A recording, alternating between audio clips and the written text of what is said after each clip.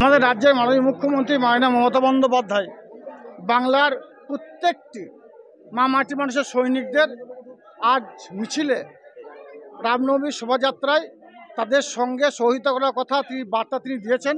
সেই হিসাবেই আমি বীরভূম জেলার সভাধিপতি আসনে বসিয়েছেন আমাদের মাননীয় মুখ্যমন্ত্রী মাননীয় মমতা বন্দ্যোপাধ্যায়। বীরভূম জেলার 67% হিন্দু, 33 কি 4% মুসলিম। স্বভাবতই আমি হিন্দু মুসলিম সকল সম্পদে মানুষের জনপ্রতিনিধি।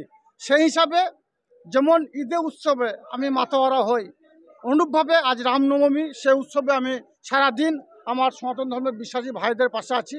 আজকে কঙ্কালীতলা কসবা গ্রাম পঞ্চায়েতের বেরুগ্রামে প্রায় 10,000 মানুষের একটা সমাবেত হয়েছিল ওরা, এবং ওখানে একটা ভোজনের ব্যবস্থা করা হয়েছিল। সেখানে উপস্থিত ছিলাম আমি, আমার বিধায়ক সাহেবও ছিলেন। সেখানে আমাকে ত্রিশূল উপহার দেওয়া হয়েছে। আমি সত্যিই খুব গর্ববোধ করছি যে এই বীরভূম জেলার প্রত্যেকটি প্রান্তের মানুষের মায়েরা বোন দাদারা আমাকে যেভাবে আশীর্বাদ করেছে, অনুভাবে এই কঙ্কালীতলা গ্রাম পঞ্চায়েতের আমার যা দায়িত্বে আছেন তারা সকলে মিলিতভাবে সংঘবদ্ধভাবে প্রায় 10,000 মা বোনদের সঙ্গে নিয়ে পায়ে পা মিলালাম।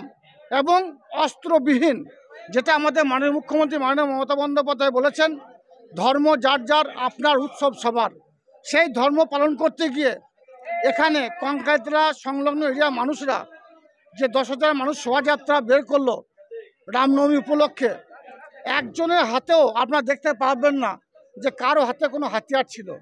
আমি একটা কথা বলতে চাই, হাতিয়ারের প্রয়োজন নাই। রামকে মানুন, কালীকে মানুন, দুর্গাকে মানুন, মন থেকে মানলে হবে, অন্তর থেকে মানতে হবে। তাদেরকে পূজা করুন, তাদের ধর্মের রীতি রেওয়াজ অনুযায়ী তাদের কাছে পরিবারের উন্নতির জন্য পরিবারের দীর্ঘায়ু কামনা করুন। এর জন্য অস্ত্রের প্রয়োজন নাই।